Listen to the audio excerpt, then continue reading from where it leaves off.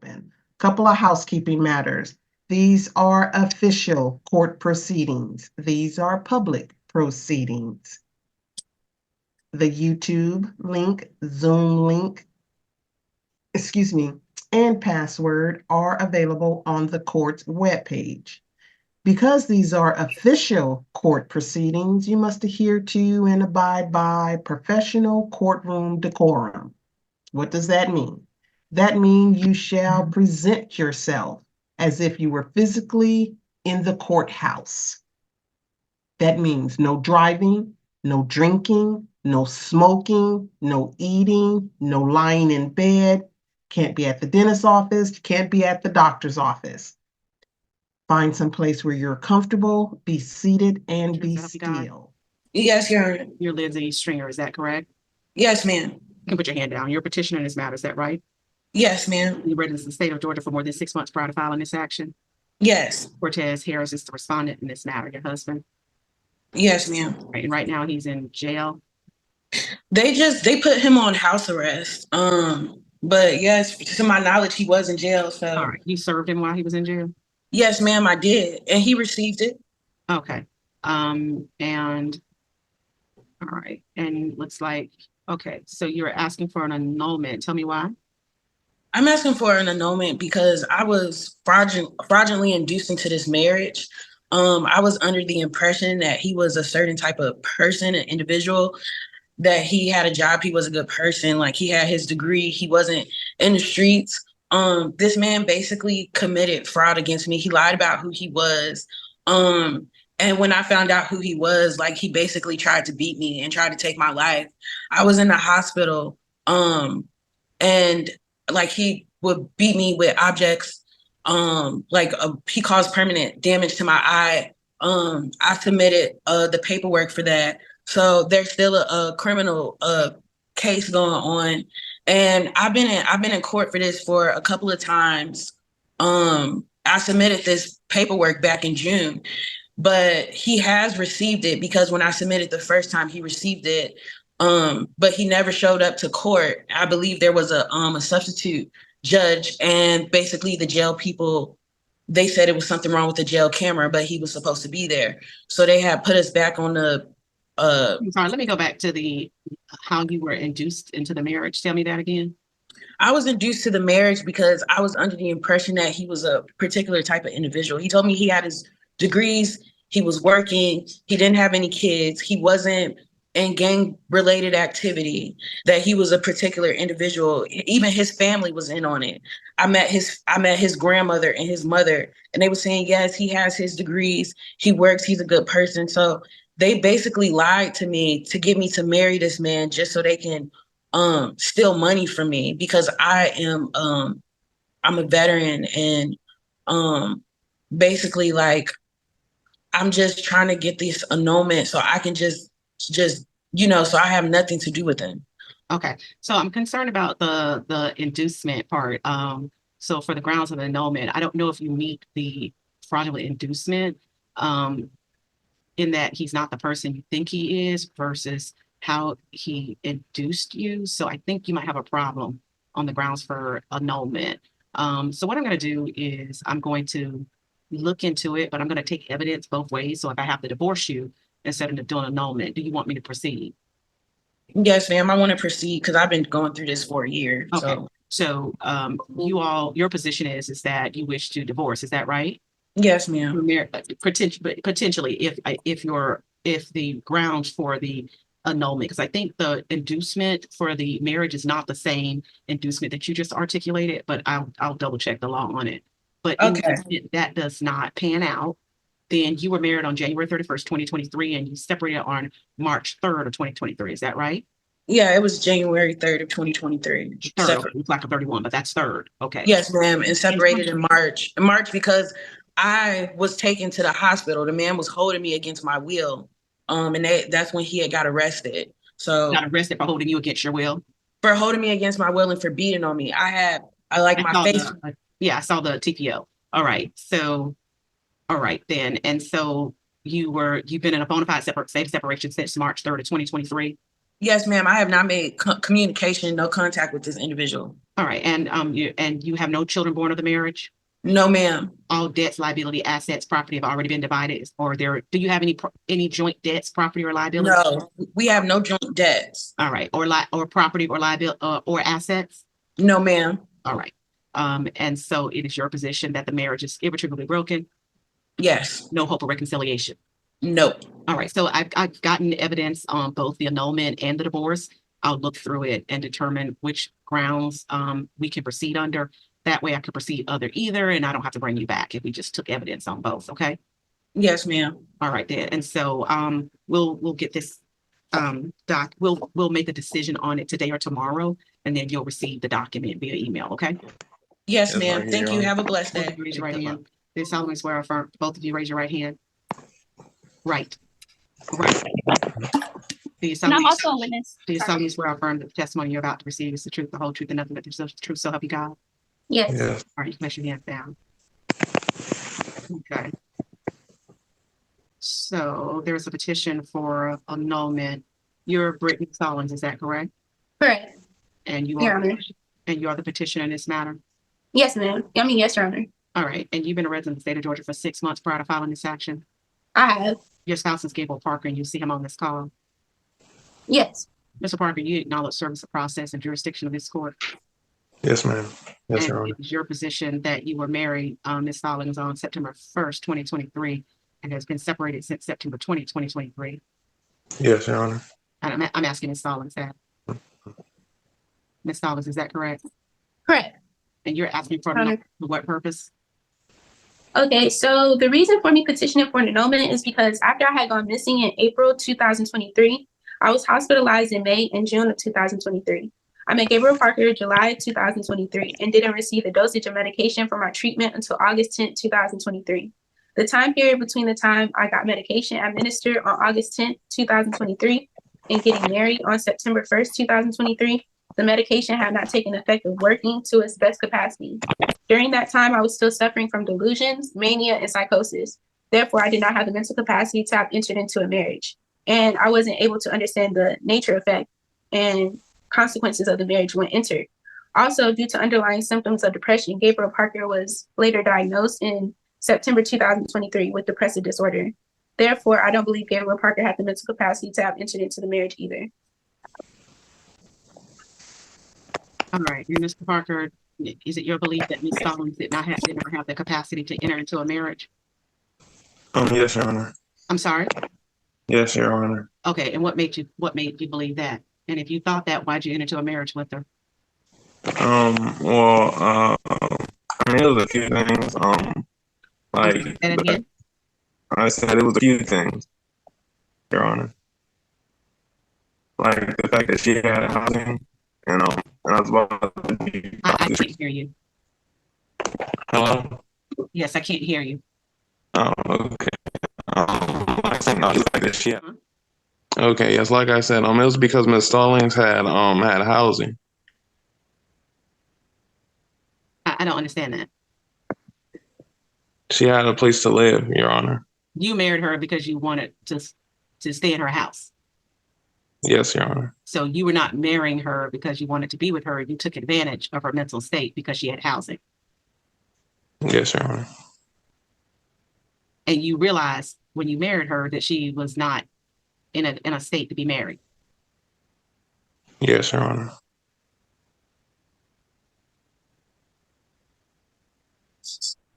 And where did you meet her? At work, Your Honor. Y'all were working? Yes, Your Honor. Doing what? I was back in the kitchen, and she was a hostess at the restaurant that we worked at. And I have, oh, my apologies, Your Honor, if I may add. Yes. So I had 2 or 3 jobs at that time, after getting back on medication and things later on. And so, I ended up having to, I have the documentation for, I have some legal evidence and, but this is under, yeah, so it was under the legal evidence that I have, and I sent to you.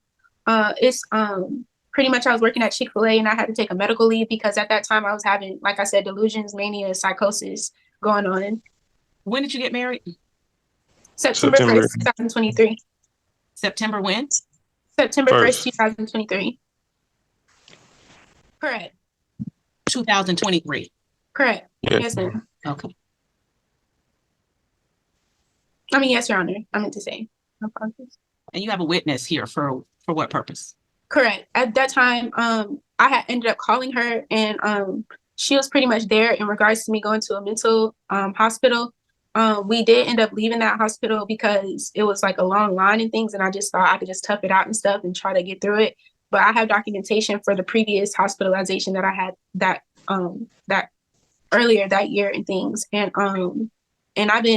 so she's here to just testify that I had let her know what was going on in regards to my mental state and everything, and she had taken me to the hospital, to the clinic. And I have more documentation. I have a testimony from my doctor that I was having paranoid delusions at that time. Mm-hmm. And also I've seen it. Looks like you were married on September 1st, you separated on September 20th. You left Chick-fil-A in August for mental issues. Mm-hmm. For getting medication September 8th after acknowledging delusions. And your spouse has acknowledged that he's taken advantage of your mental health for housing purposes. I will grant your request for annulment. I'm also going to take from your complaint starting on page 6. I'm going to take everything from page 6 and I'm going to send it so that no one can see the documents that you submitted, so that they won't be public record, okay? Okay, thank you. All right. Thank you. Thank you, Your Honor.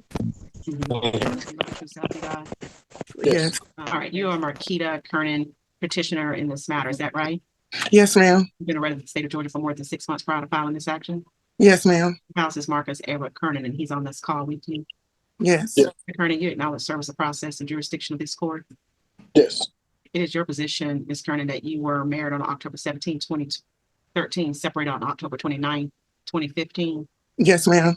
There's one child born of the marriage, Layla. Yes, ma'am. And she currently resides with you.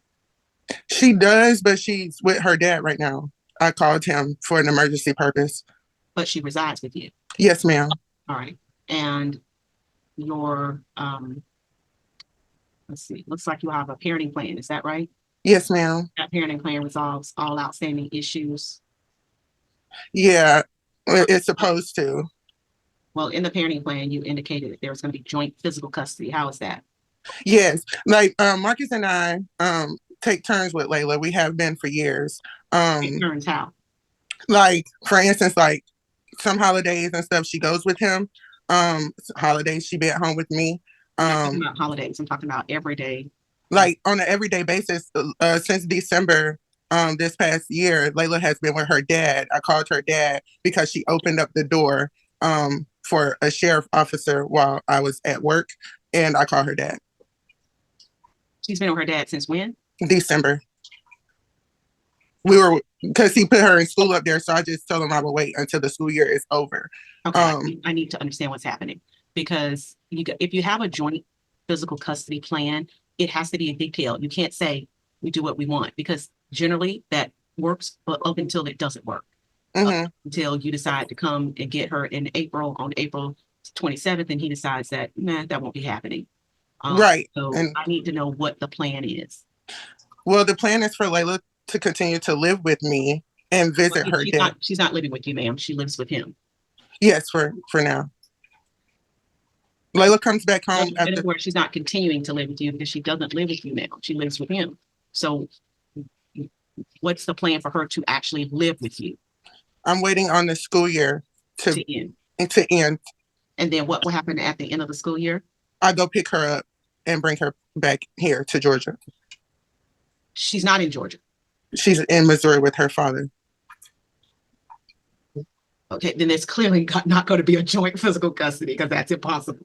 Okay, so she's going to reside with you. So you're going to have sole physical custody, and he will get visitation. That's correct, ma'am. That's how it's going to be, right? Yes, ma'am. Okay, all right. All right, so we're going to change that part and put So, okay. And then you will have joint legal custody wherein you both discuss things, you have rights to the kid, all of that. Y'all will have joint legal custody, correct? Yes, Shonda, that's correct. All right. And then you will have discussions and you will make final decisions after discussions are made on all things. We actually work together. We just talk it out. But if yeah. you can't talk it out, then it's you. What do you mean? If you can't talk it out, you will make a final decision. Is that your? That's correct. That's correct, ma'am. Okay. And then with regard to visitation, how will that work? When it comes to visitation, if I can step in, I have always, whenever she needs me, I will always travel and come and pick her up. That's no issue with me whatsoever. Yeah, so what I'm trying to say is, and I guess I'm not being as clear on it, I get that you all have something that you're doing with each other. I applaud it. I'm glad you can do it. My job, however, is to put a plan in place when you can't do it. Like when you get to a point, hopefully not, but if you do, when you can't make a decision, we need to have something in place to keep there from being a mess. Okay, I guess the short way of saying it. So I don't want you to say, well, I just come when she tells me to, or something. And then one weekend you want to take her to Disney World and mom says, no, I have plans. And you've already spent money and tickets and all of that kind of stuff. It seems like stuff like that can't happen. You know, we're good with each other, but I've been doing this long enough to know it can happen and likely will. There's going to be a time where you all are not going to agree. And when that happens, I want this plan to be in place so you'll have something to fall back on and it will take a lot of the frustration out of the circumstances. So what I'm trying to figure out is what can we put in place so that when you don't agree, you already have your rights in place, right? So if you're going to take weekends on first and third weekends, if mom says you can't come this weekend, you're okay. Because guess what? You know, you can always come on the third weekends. Okay. So that's what I'm trying to figure out. What is the backup plan? We do not have a backup plan. Okay. So what we're gonna do is I'm gonna give dad every first and third weekend. Okay. So and then I'm gonna say if you're gonna make it, you'll call her on Wednesday night to say I'm coming. If you're not gonna come, you'll let her know I'm not coming. And that way you'll always have the first and third weekends. Okay, just in case. And then we're gonna alternate the holidays. Okay. So I will give some to mom, give some to dad. To the extent you all agree outside of that, no problem. You agree outside of it. But to the extent something comes up and you all cannot agree, this plan rules. Okay. Okay. All right. So for example, if both of you wanted spring break, well, this plan is going to say when you're in conflict in the even years, dad gets spring break. So guess what? Even though you're in conflict, the conflict is solved by going and looking at this plan. Okay. To the extent one of you want Christmas and the other of you want that first day of Christmas and you all agree on it, scrap my plan. Don't worry about it because you all agreed on it, right? Yes, ma'am. Okay. Yes, ma'am. That's what we want to do. And that way, if there's an issue, you can take care of it, save you money because you don't got to keep coming back here because I already have the answer in the plan. Okay. So that's what we're going to do. All right. Now there is parental agreement made between Marcus and so plaintiff has the responsibility to have medical and dental insurance.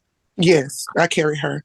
Okay. And then for the summer months, I'll give 1 month to mom, 1 month to dad. Y'all agree with outside of it, no problem. But that's how I'm going to do the okay. All right. Child support. What are we doing on child support? Initially, I really do not care for Marcus to pay child support. Miss Marshall just said that I couldn't leave it blank, so I just put what was on our child worksheet. But initially, I'm not looking for nothing from Marcus. Marcus takes good care of our daughter. We do it together. We don't have no child support issue, and I don't want his money. Yeah. So the thing about child support is it's not your money; it's her money, or your child's money. And so you can't just wave it off because she has a right to be supported by her father. Right. So technically what that means is that based on this worksheet, he's supposed to pay $747 a month. Now your position might be, well, I know he's supposed to pay that a month, but we have to take into consideration the fact that he has to travel and bring the child back. Correct. And that's expensive. And so the court will then go, well, how much money is that a month? And the court might say, oh, that's $300 a month. So I can subtract 300 from that number. I can't subtract 700 because I don't have a way of articulating why you would forego, so, especially you, Miss Marquita, because you make $1,600 a month. Yeah. $4,600 a month. He makes $3,000 more than you. Yeah. So that's significant for me to withdraw child support for that amount. of money. Yeah, that's true. I understand. Okay. So let's say if your position is that there is travel deviation, I can give a travel deviation, but I can't remove $747 of child support and make it zero. Not with these numbers. Okay. Can you subtract when he does travel, because he pays to rent his cars and stuff like that? Yeah, and what would that subtraction look like for you, Mr. Kernan? So usually because I don't fly because I'm afraid of heights, but so I drive, and that's a 12-hour drive, one way. So how much money drive, do you think you spend a year on traveling back and forth to see? I drive, and that's a 12-hour drive, one way. So how much money do you think you spend a year on traveling back and forth to see the kid? A year? If I could just roughly give a number, I would say like 2,000. How much? Like 2,000. Okay, so I think you might end up spending way more than that. Because right now, I don't know. When you come pick the kid up, do you stay with Miss Kernan? No, I actually have an older brother that lives in Georgia. Okay, so you got someone there. So what I'm going to do is I'm going to put it a little bit higher than that. I'll do 300 a month, so that's 3,600. So I'm going to give you a $300 deviation for travel. Okay. And that would leave you paying $470 in child support. Yes, ma'am. So let me tell you, this is what I'm going to put down here. Whether or not Ms. Kernan takes that to law enforcement or to DHS to enforce it will essentially be, I guess, on her. However, I also want you to know that if you do not show some amount of child support and Ms. Kernan one day just decides to file it against you, and let's say it's 4 years later, I'm going to multiply 474 times 4 years. Okay. And the reason is because that's what you're ordered to pay. And the problem is that sometimes people will say, well, we agreed to something else. Well, that might be, but that's not my court order. My court order is this amount. So you can not pay that amount and trust that your relationship is really good and that you will never find being on the other end of her deciding to collect 3 years later or 4 years later, or you can pay it. Okay. That's going to be up to you. All right. Do you understand what I just said? Yes, ma'am. All right. Because that has happened all too often as well. So it's good. I want you to have a great relationship. I'm glad that you have it, but I want you to know that my order is the only thing I'm going to be looking at. Okay? Yes, ma'am. All right. Okay, it looks like you guys turned in another worksheet that looks a little different. The child support worksheet, it should have both of our current because I initially filed back in 2020. So yeah, if I do 300, it's going to end up being 506.48. So I'll do $306.48, so that'll be an even 5 on child support. Let's see. And are there any other issues with debt, liability, assets, and property? No, ma'am. We've been separated for a very long time. But no. Yeah, that's good. So you have a settlement agreement that you signed resolving all of those assets to your satisfaction, ma'am? That's correct. And it's also to your satisfaction, sir, Mr. Kernan? Yes, ma'am. Okay, looks like in this settlement agreement, you indicated that father could have the entire summer. He can. Okay, so what I'm doing though, as I indicated to you, is I'm going to split those summers. Okay. You can, of course, give him that extra month. Okay. Okay, yeah. Because our daughter spends time with his family as well, not just him. It'd be his mom and his siblings and everything like that. So do you want me to do then? Maybe I can just carve out 2 weeks of the summer for you. Yeah, please. Go to him. Pretty please, if you do not mind. Okay, I'll do that. I'll do 2 weeks for mom and allow you to pick your weeks first and even, and then we'll switch it on. Okay. Okay. All right.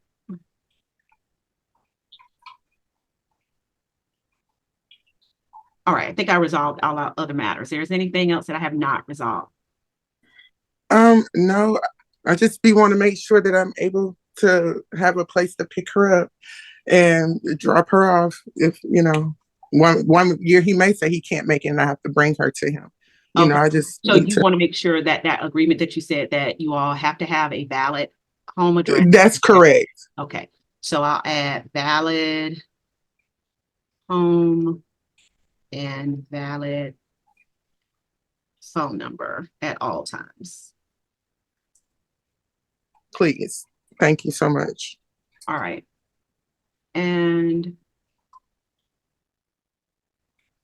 all right, thanks so much. Ms. Harris, if you're coming to my office, you're free to leave. The document will probably be ready in a few days because this one right here is gonna call, it's gonna I have to, well, I might be able to, well, we'll see. So you'll receive it in via email, okay? Are you speaking to me? I'm sorry. Both of you. Yeah, I'll Oh, okay. be divorcing you. Do not do anything inconsistent to the divorce until you receive the document in the mail, okay? Okay, Is thank it your you. position, Ms. Kearney, that this marriage is irretrievably broken? Yes, Is there it's any Yes. hope for reconciliation? no reconciliation. Mr. Kernan, is it your position that the marriage is irretrievably broken? Yes. Any reconciliation? No. All right, thank you so much. You both are free to leave. Thank you.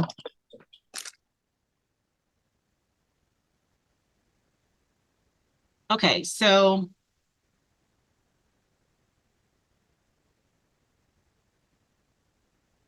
looks like, okay, so it looks like the whatever hearing we had was the court, it was cut short because I didn't do That notes. was my fault. So that meant that I did not make any decisions. Okay, let's see, where were we? Let's see if I can fit.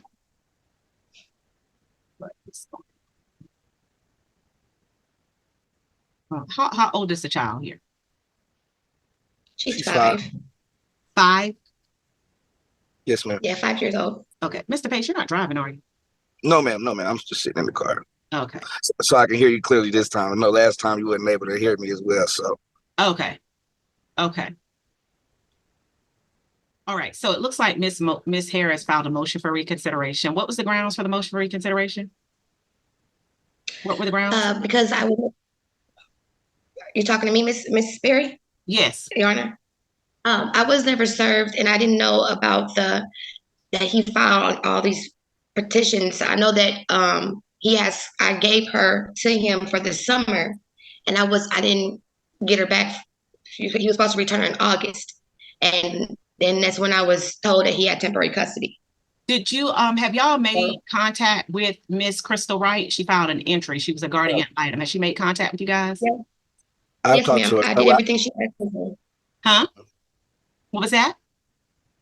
I said I've done everything she asked me to. I sent her over the records from her doctor's office. I complied with the forms she filled out, and also Mr. Andrews. I also sent you a copy, Miss Marshall, a copy of what I sent her. Was this guardian item done through DBLF, which is basically free, or did it require you all to submit a retainer? I had to pay a $25 fee. So I had to pay a $25 fee. To Pay a $5 fee? Yes, ma'am. For the item. So this went through the guardian item. Yes, ma'am. This went through DB. Ms. Marshall, do you know if this went through DBLF? I'm trying to see. Ms. Harris handled that. I'm not sure. Okay, Ms. Harris, can you tell me? Yes, ma'am. It's called DeKalb Pro Bono now. I forgot. I don't know why I keep saying that, DeKalb. We need to change our order there because the order, unless they just change it to DeKalb Volunteer Lawyers Foundation. Why are we just doing that in October 2023? Looks like I asked for this to be done in October. Yes, to be exact. And then even after that, they told me, remember I sent you guys a email stating, especially from what's her name, Kayla Harris. She said that I needed to get the enlightenment, and when I talked to Mr. Andrews, he told me that he was just waiting for you guys to send over some documents. So I was waiting for the response ever since then. So, but once we had the case from last time, he ended up getting in contact with me as far as what did I needed to do as far as the enlightenment. So he said that Where's the child now? She's with me. Mm-hmm. Because nothing was done at the present time, because I kept interrupting, and I apologize for that.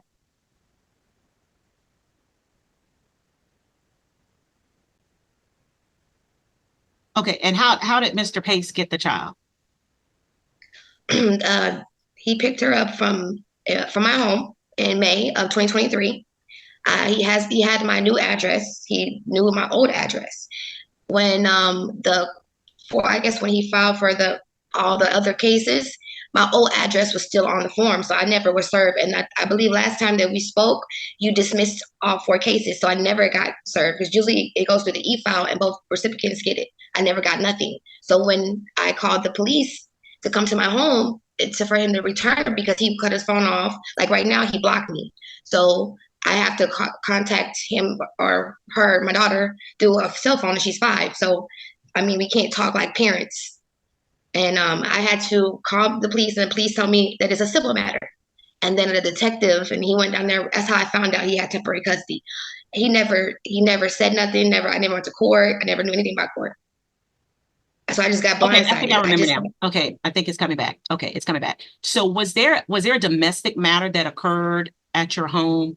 And so yes, ma'am. He's asked Mr. Pace to come get the child, and so he had the child as a result.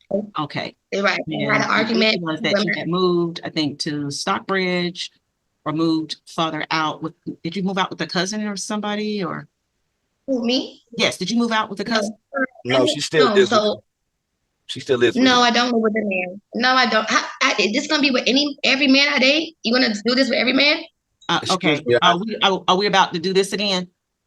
I'm just saying, stop. You don't know nothing. You just gonna tell me. My question to you was, where do you live? So either Mr. Pace is going to be the judge or me. So which person are you going to be answering? So we'll know. Your Honor, I'm sorry. Okay, where do you live? I live in Lithonia. I moved from 618, and I lived there for almost 5 years, and then I moved from there straight to. Okay, so you're in Lithonia. Where are you, Mr. Pace? I'm in Atlanta. Where part of Atlanta? I want to say like South Fulton. Like near Fulton. I want to say like near like Moreland. Okay. So like coming to the courthouse, how long would it take you to get to the courthouse, Mr. Pace?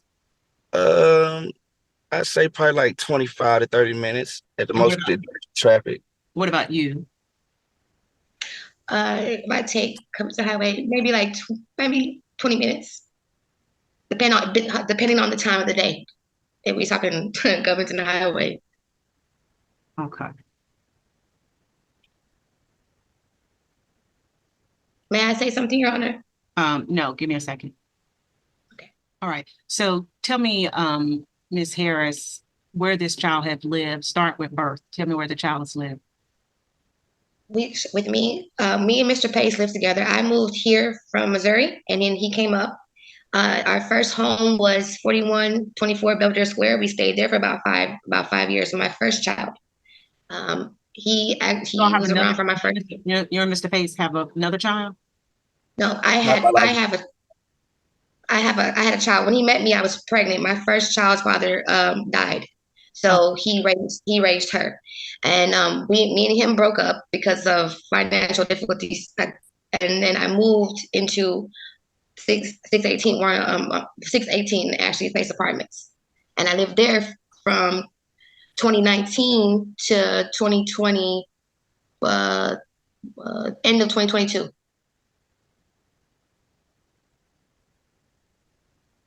And she stayed with me the whole time. And he would come and visit her, or pick her up and take her back. But then even those times would be hard. I had to call the police sometimes for him to return her. He doesn't do well with rules or things in place.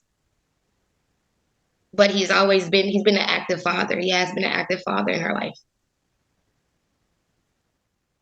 But I've been the one, he actually took her to the doctor this past summer because it was summer, but she's past due on her shots. But every time it's really, up to date. She is. No, she's not.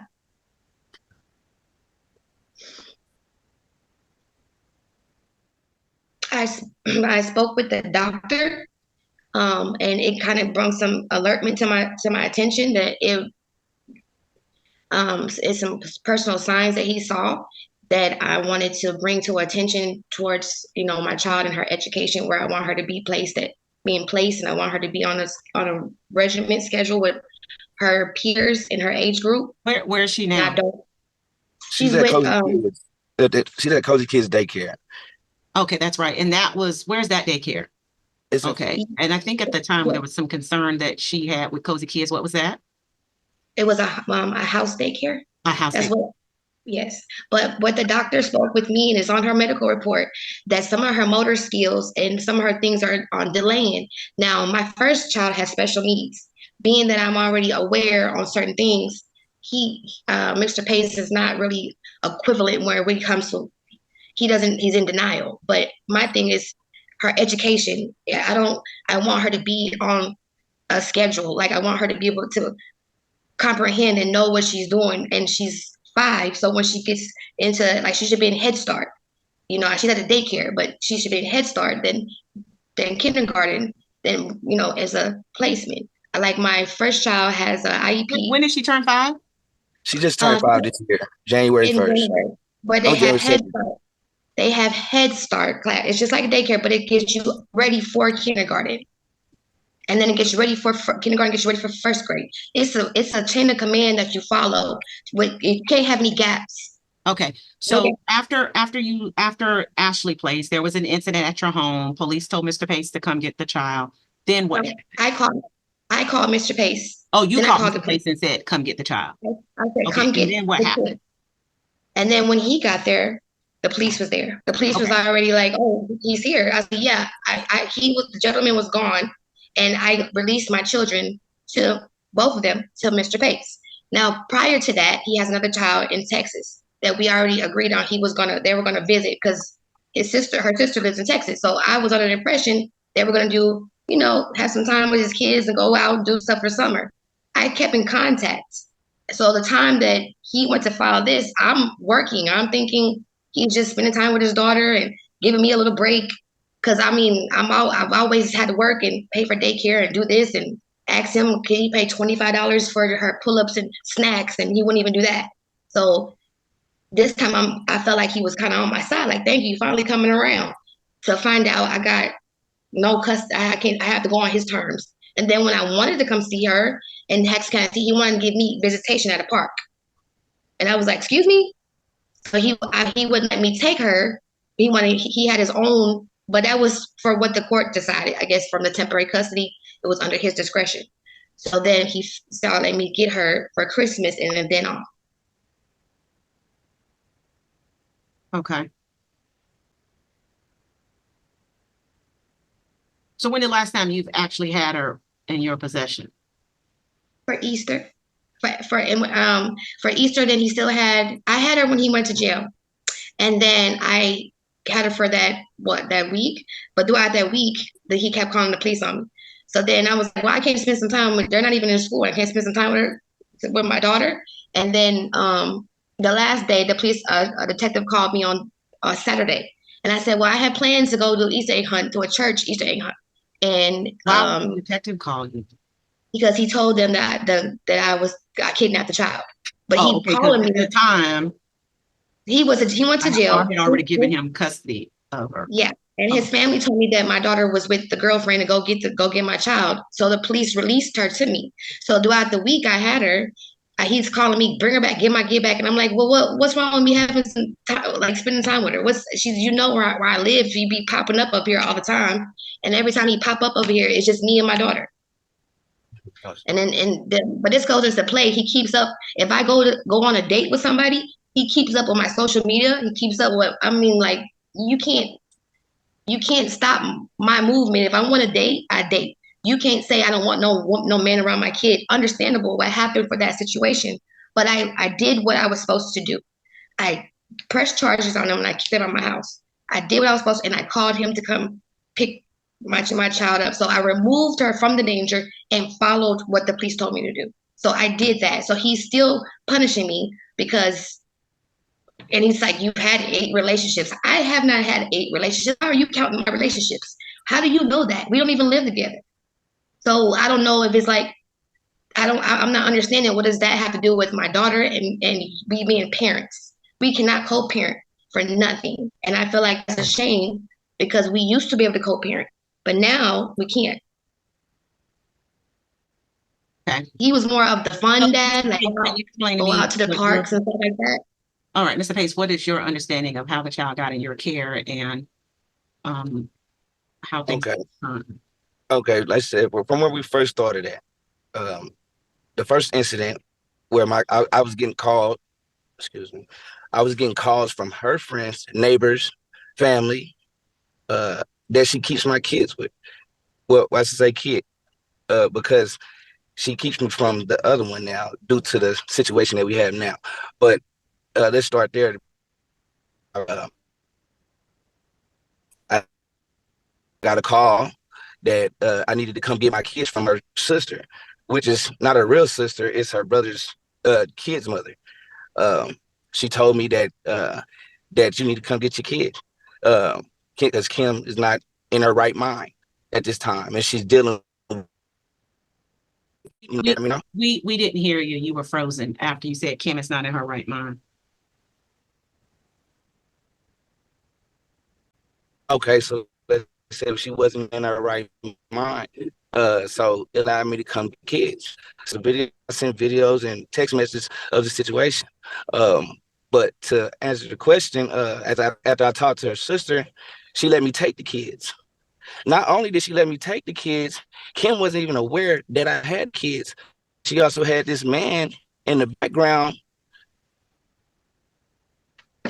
like he runs the situation of life. I'm asking, when can I see my kids? It was 2 years. So you're saying almost two. Excuse me. You're saying that she did not call you. Someone else called you. Someone else called me.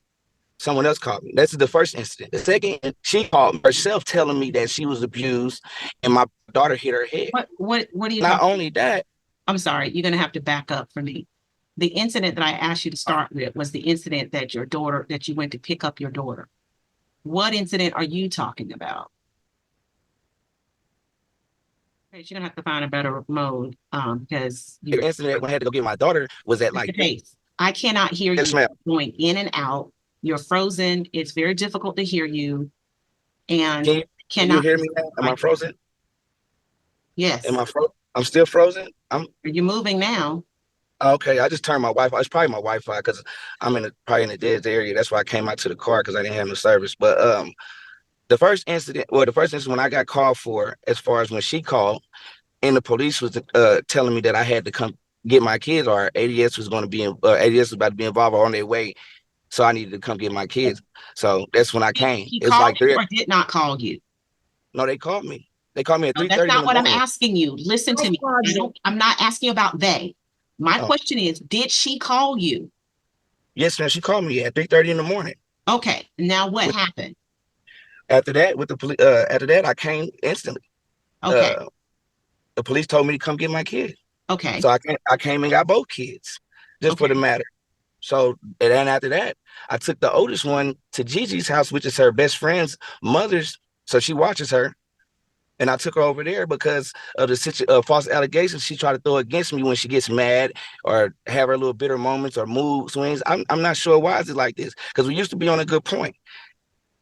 But like I said, it was always rough for me to get my kids with her hiding the situation. So you get your kid, and then what happens that you end up with the kid? What you mean? What happened? I had my kid. How did you keep the child? Why didn't? Because it was over. Why didn't you take the child back to mother? What happened? Because it kept prolonging. Like, she says that she's not around him. I'm getting calls that she's still around him. She has black eyes. She's covering it up with makeup.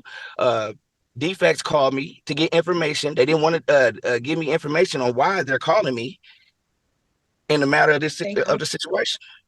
You know, so it's like. So you didn't return the child because your position was that she was still in a dangerous situation. Yes, ma'am. Okay.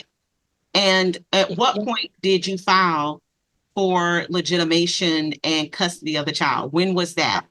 I filed legitimation 2 years ago. Huh? And yes. I filed legitimation 2 years ago. Okay. So she was 3 at the time. She was 3, and she was with you.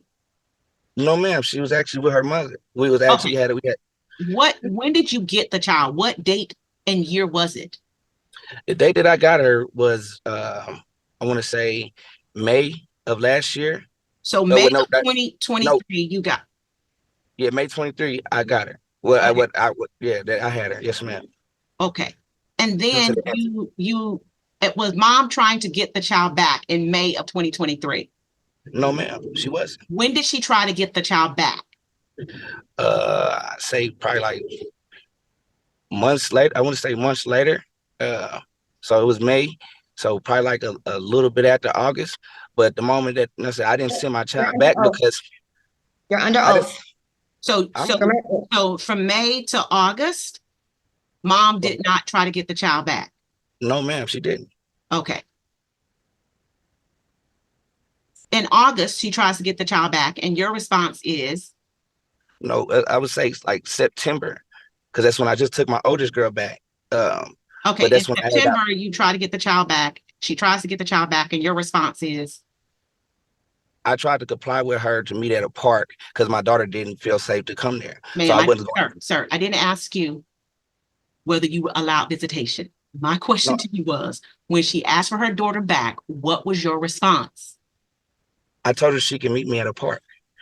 To give the child back or to see the child?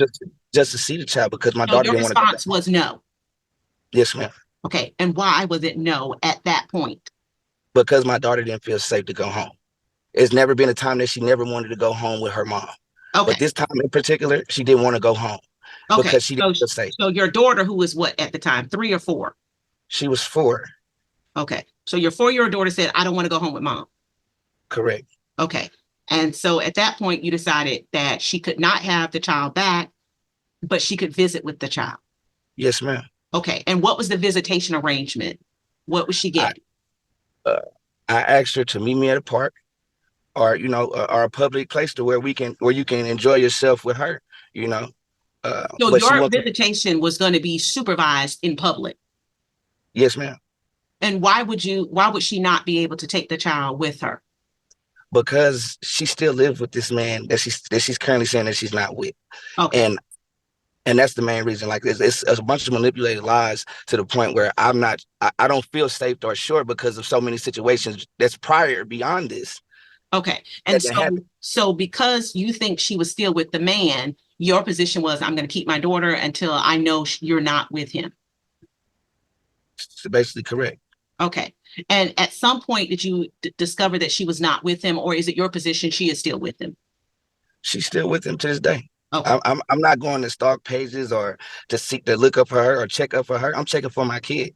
And that's the main thing. That's all I've ever been for. But your position is right now she's still with him. Yes, ma'am. Okay. And you know that from what? From family, friends, where she has the oldest girl the oldest daughter. She doesn't even have her in her possession till the weekend. She goes to school from her friends. I'm not asking about the other kid, and I'm not asking about her school arrangements. What I'm asking you is, how do you know mom is still with the man that she had the domestic issue with? Through her friends and family. So her friends and family have said to you, correct. Okay. And those friends and family who said that, did you provide those names to the guardian ad litem? Yes, ma'am, I did. Okay. All right. So you think she's with him? Yes, ma'am. Even as of today? As of today, I still think she's with him. Okay. And the family and friends that said that or believe that to be the case, yes, ma'am. Those family and friends, you have provided that information to the guardian ad litem? Names, numbers, and addresses. Okay. And can you indicate who those people are? Yes, ma'am, I can. Okay, who are they? I want to say Nicole.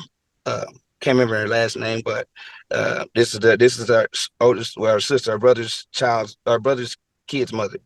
Brother's kid's mother, Nicole, the one you took the child to the first night. The one I had. I picked them up.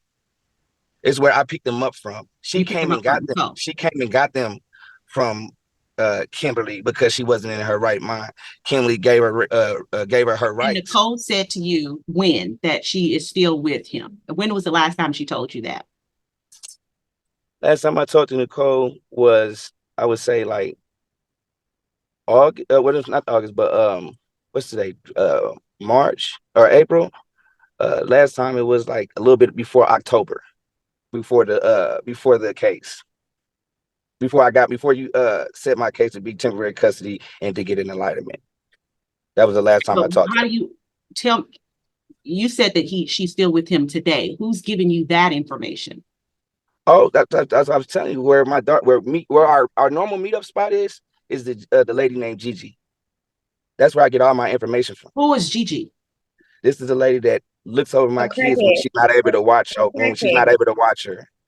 You mean This lady is on drugs. the cozy kids? No, this is her friend, her best friend's mother. Like she has a crackhead watch. Gigi is the mom's best friend's mother. Yes, ma'am, and she has her watch them. She has who? She has. Kimberly has Gigi. That's where we meet up. That's where I take my kid for us to meet. You know what I'm saying? Okay. Because that's the ground. That's where y'all are meeting for the meetup for the child. Yes, ma'am. When I let her go with her. Okay, and so Gigi has said to you at what point that the man is still with her? This was last month. Last month, did Gigi say how she knew it? Yes, because she dropped I don't want to keep talking about the oldest child, but this is what happened. She dropped the oldest child and she came over there with 2 black eyes. So who came over there? Came over oh where? Oh my God, you going to came jail. over where with?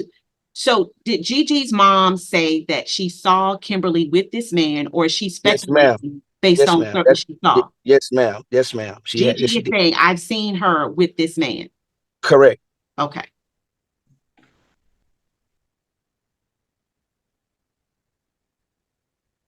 Just remember, you on the oath. You know that, right? So Gigi said that to you as late as last month. Yes, ma'am. When she called to ask me to send some money to her for the oldest child, because she didn't have no win where Kim was. Kim doesn't answer the phone. She's either at work or she go missing or she's fighting with the dude that she's with. So the oldest child, Gigi keeps her? Yes, she stays over there and goes to school from there. Yes, she does. And she goes home with her on the weekends. That's how it was before I even had. So the oldest daughter resides with Gigi except on the weekends. Yes, ma'am. Okay. And I have that in messages as well. You have that in messages from who? From Kim. Oh, Kim has told you that the oldest child stays with Gigi. Yes, this comes from her mouth. Yes. And that she picks up the oldest child on the weekend. Yes, ma'am. No. Because she works. Okay, I'm sorry. 1 second. I'll get back to you in a minute. Okay. So that is for those reasons, that's the reason why you think that the child should remain with you. Yes, ma'am. Because she has her everywhere and anywhere. Unless it's like if she's not at work, if she's at work, my kid is everywhere besides with me. When she should, both of them used to be with me. You know what I'm saying? But now I have my youngest. But now every day I have her. Okay. So for right now, the child is at Cozy Kids. Your house is how far from your house? From my house to is the like daycare. How long does it take you to get to the daycare? I would say like 10 to 15 minutes. Okay. Now I'm gonna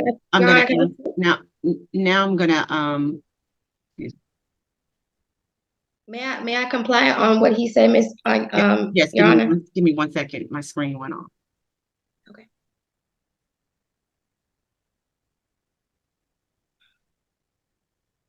Okay. So Ms. Harris, so tell me, after when he got the child in May of 2023, when did you start reaching out to get the child back? Throughout the summer. I didn't say when he got her in May because I didn't have her for that Mother's Day. So I kind of like let it die, let it die down, let him have his time. The next month, June, I reached out, let me talk to Bubby, because we call her Bubby. So I said, let me talk to Bubby. And then I will call and see what you're doing. I said, send me a picture. Let me know. And he'll send me some pictures because I'm thinking he's out of town. I'm not thinking he's in Georgia. So I'm thinking they're having fun and doing things that I'm at work. Now, around that time, my oldest and my friend Portia's grandson, London, was at a church camp, and they went over Gigi's house. Gigi was never watching them. She will oversee, but she was never watching them. It's Leah. Leah is 20. I will always pay Leah because Leah goes to the park. She goes to water parks. I'm paying where you're taking my kids somewhere fun while I work. And around that time that I was, around getting myself, I was working. So every time I said, let me see Bubby, or he drop her off, when I work, yeah, that's the safest place that I will take my kids to, because I know that they're going to be looked after. I'm not talking about somebody else. I'm not talking about the second kid right now. What I'm asking you is, when did you reach out to get the child back after the child left you in May? I will call throughout the summer and get pictures, and in August. If you called throughout the summer, that was not my question. My question was, when did you reach out to get the child back? In August. Okay. In August. I have police reports. Okay. I have documentation from the police. So in August, they've been in my house. In August, you reach out to get the child back. Is that correct? Yes, ma'am. All right. Yes, Your Honor. And then he indicates you have to meet at the park. Before that, he wasn't really replying back to me. That's when I called the police, and then he would say, "Meet me at the park." One day, I was under the impression that I was going to retrieve her, and then he texted me and said, "You're never getting her back." And that's when I start really going into depth about what's going on, and because when the police were only telling me it's a civil matter. Okay. How is it a civil matter? The child wasn't legitimated. In the state of Georgia, that child is yours. There is nothing that would have prevented a police from returning the child to you. So did you go to a police prior to the order coming in October? So in October, it would have been differently. It would have been a civil matter in October because he would have legitimated the child and would have had custody of the child. But in August, September, I didn't know. I didn't know that, because I called the police in August, and he told them, "Oh, my child was in a domestic," and then the police was like, "Well, we don't want to hand over the kid if in the wrong situation." And I'm like, "Do you see anything going on over here?"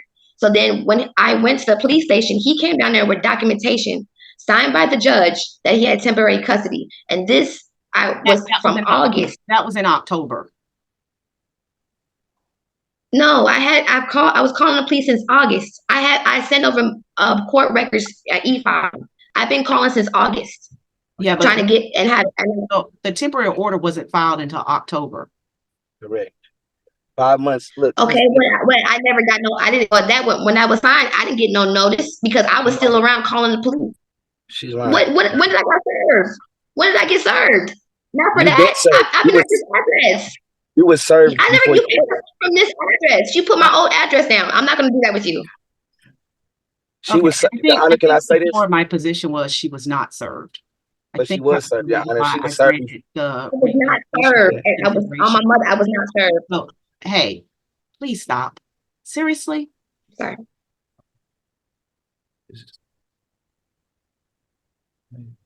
You just can't take the lion. Put yourself on mute when you feel like you can't take it, okay? Because I don't want to hear it. I'm sorry. Your Honor, if I may. No. Okay. So,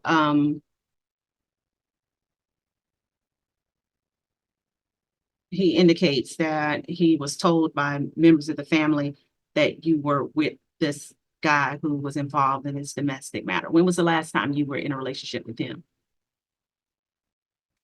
You're on mute. We broke up. Honestly, that day was my cutoff day. That was my done day. Now, I did see him. I did see him, to be honest, totally honest. I did at a wedding. We have a prior, a mutual friend that already had a prior engagement for a wedding. So I did see him at the wedding. But anything else beside that, I didn't, nothing else. There's nothing there for me in that, like, because once it got to the next level for me and I had to press charges on you, there's no going back for that. And I keep trying to explain that to him. But before it was him, after, let's say he's done, and I actually went on a date with this guy for 3 months and I posted it on my Facebook. He watches my Facebook, him and his girlfriend, and said, "You got another man?" No, I went out to a nice restaurant and I posted my dinner. So anybody I go out with, it's a problem. It's this. You shouldn't be. I don't keep up with you and your life and I just hope that you wherever you date respects our child, because you're entitled to be happy. I'm entitled to be happy. When it comes to a problem for our child, I called you. I called you. The first person I called before the police was her dad. Her supposed to be her protector. So The he first time keeps you ever. trying to punish So me. now I want to You're move trying to the other child, the oldest child that Mr. Pace is saying is actually being raised by Gigi. Tell me about that scenario. She's not being raised by Gigi. I work. When I was with Mr. Pace, she had both my kids because Mr. Pace never helped me financially. And that comes from you never worked. He's a barber and is always I ain't got no customers. I ain't got this. I had to work 2 jobs. The whole time I was pregnant with my daughter, I worked 16 hours. You know how hard it is to be and try to work and pull a nursing cart with a big old belly and help patients and pull over people? He's never helped me financially. And for him to sit up here and say that I'm a bad mother when I had to work 2 jobs, and that's why we're not together today. So for you to dictate and how I am by working, because when did I get any help? Okay. I have to. Sometimes you have to do what you have to do, but So that's let me go back to the Gigi. Does the Gigi help with the oldest child, and how does that work? She'll help, but like after school, it's an after school activity that sometimes I was taking her to a daycare around the corner. It was a bus because my daughter has an IEP. So she has it's a transportation bus that will come pick her up and take her to an after school activity. And then they drop her off at Gigi house. At that time, I was getting off for work around 9:30. I was doing like 12 hours. So I would go in if I do 7A to 7P or 7P to 7A. I always had Gigi. That was like my baby daddy because I didn't, excuse my French, but what else could I do at that time? But once I moved to this location, then it wasn't no more Gigi because the bus let her out right here. And Leah comes over. Baby daddy, and then you said, "Excuse my French." What do you mean by that? I didn't mean to say like my kid's father, which is Mr. Pace. And when I say Miss Gigi, like my mom before she passed away, she was around. Like she'll come down because she was a retired nurse, so she'll come down 6 months, say 3 months. Mr. Pace never did none of this. Then once she passed away, it was all now you can't do this. Like he was more so doing little crazy, putting TPO orders on me where I didn't even know where he lived. He was staying in a hotel. So let me go back to the child. So Gigi helps you with the oldest child after school. If you were to get this child back, is that your work hours? Are you getting off at 9:30? Yeah. No.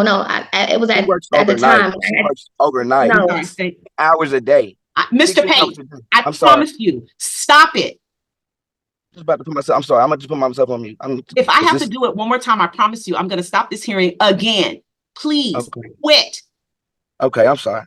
I'm on mute. Okay, so understandable, yes, Your Honor. Sometimes I had to pull double shifts. Sometimes I had to work over. What are your work hours now? 7 to 3. I changed it. I used to work at Georgia Regional 11 to 7. And then right I worked from 7 to 3.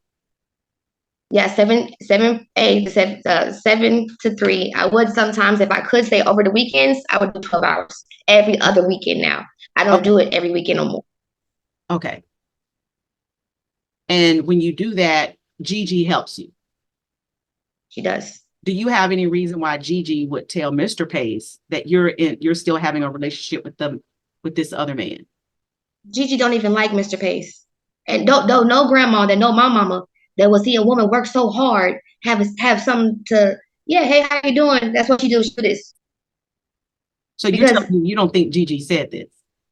I don't think she said it at all because the same people, the lady, Miss Crystal Wright, if you gave the number, if you gave that number, I gave the same number as well. So Miss Crystal Wright gonna be confused because Gigi can't keep 2 stories going on. So if I gave the same, I gave Nicole, he gave Nicole. So whose side she gonna be on?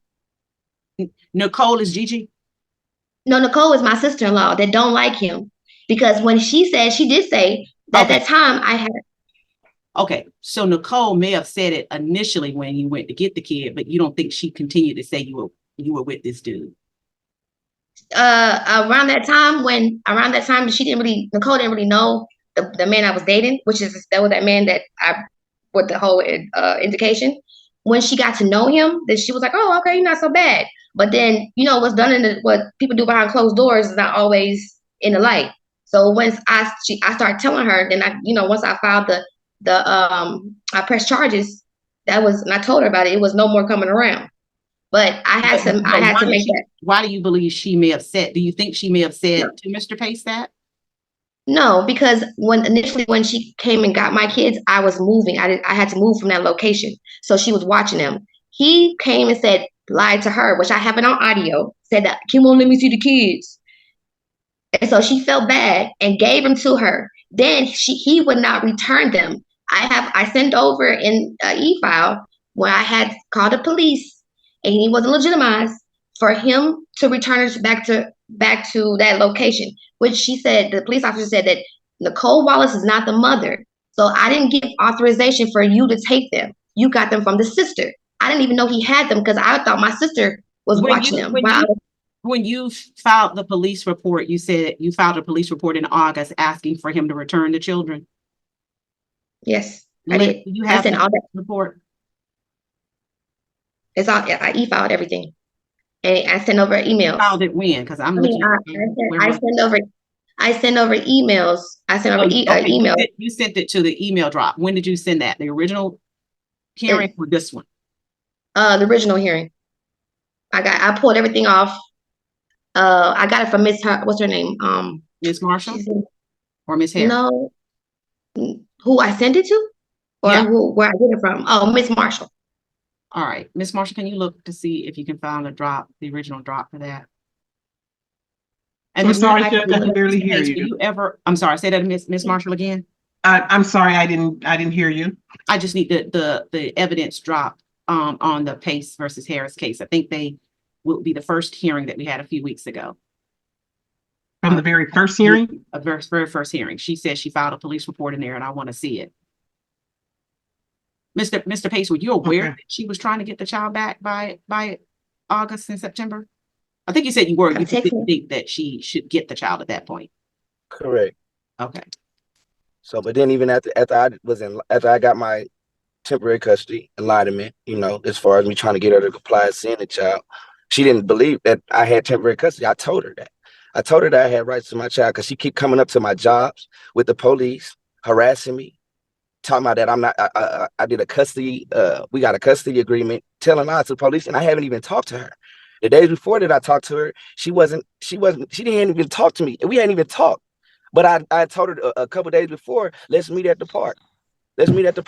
No, she doesn't want to comply to that.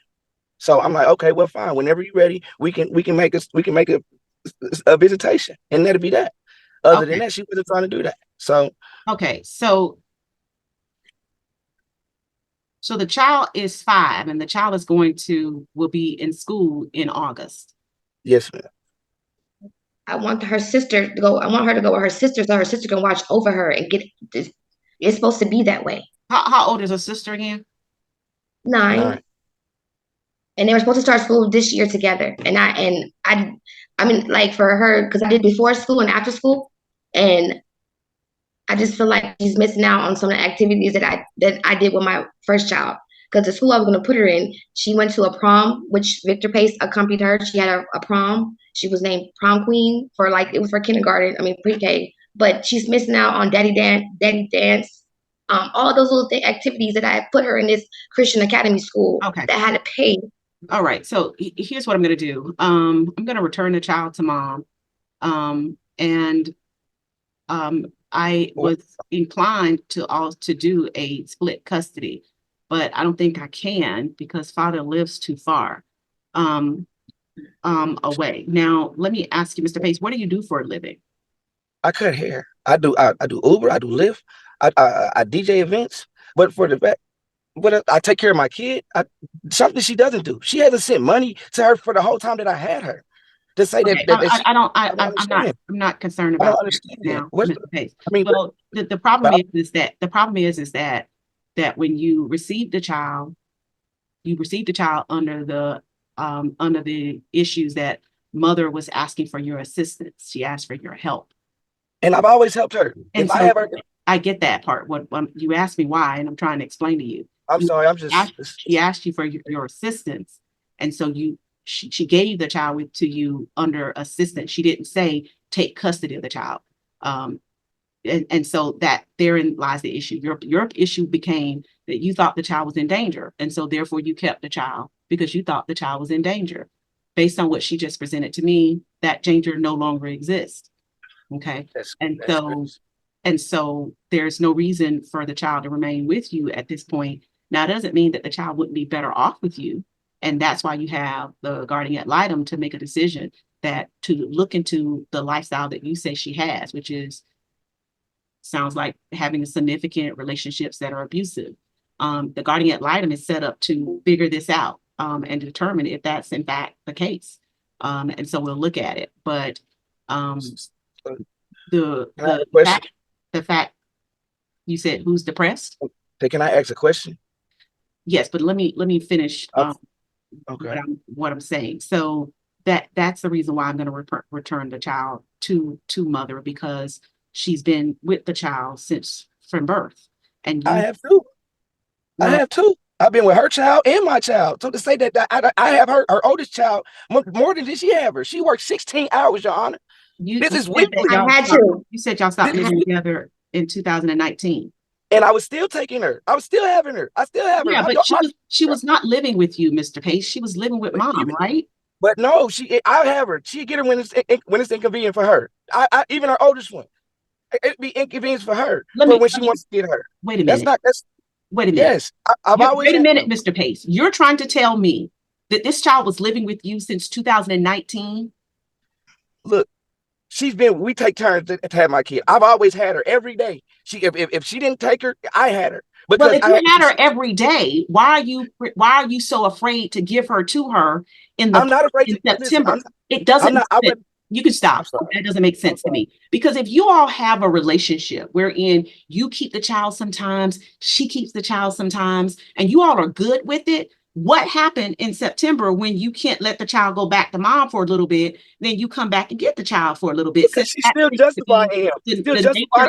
Relationship. No, something happened. I don't know what it was that happened, but I don't believe it. It doesn't make sense. If your position is you've had this child and been in this child's life since 2019, you come pick her up, you take her back to mom. You come pick her up, you take her back to mom. And then for some reason in September of 2023, you won't even let mom see her unless it's in daylight at a park. Because she's still with this man. That's the only thing I can explain to you. She was with the man after the first incident you claimed. Because I didn't have no rights then, so I couldn't do nothing. Why you didn't go get rights then? If your concern was, if you were that concerned, why you didn't get rights then?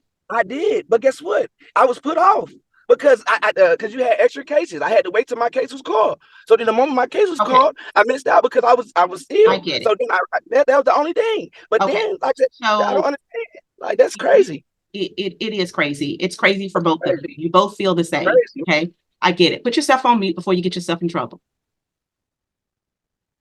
Okay, so as I indicated, I'm going to give the child back to mom. And what we're going to do is I'm trying to figure out a visitation plan. Right now, the visitation plan will be, since the child is not in school and we only have 1 week, we only have a few weeks before school is out, to have dad have secondary visitation, which would then mean that the child would stay some days with mom, some days with dad, so that the child guardian ad litem would have an opportunity to see the child in both environments. What I initially wanted to do was have a week, mom would be primary, but that dad would have a week on, or secondary, dad would be secondary, would have a week on and a week off. But I think you indicated that you live in South Fulton, and I'm thinking that that might be too much of a drive to Lithonia, because at some point, well, I guess you could. He drives Uber. He drives everywhere. She doesn't have a car, Yana. How do you know that? Well, what I'm saying is that's my point, is that you would have to come get the child. So you could do a week on, week off, something of that nature. Could you?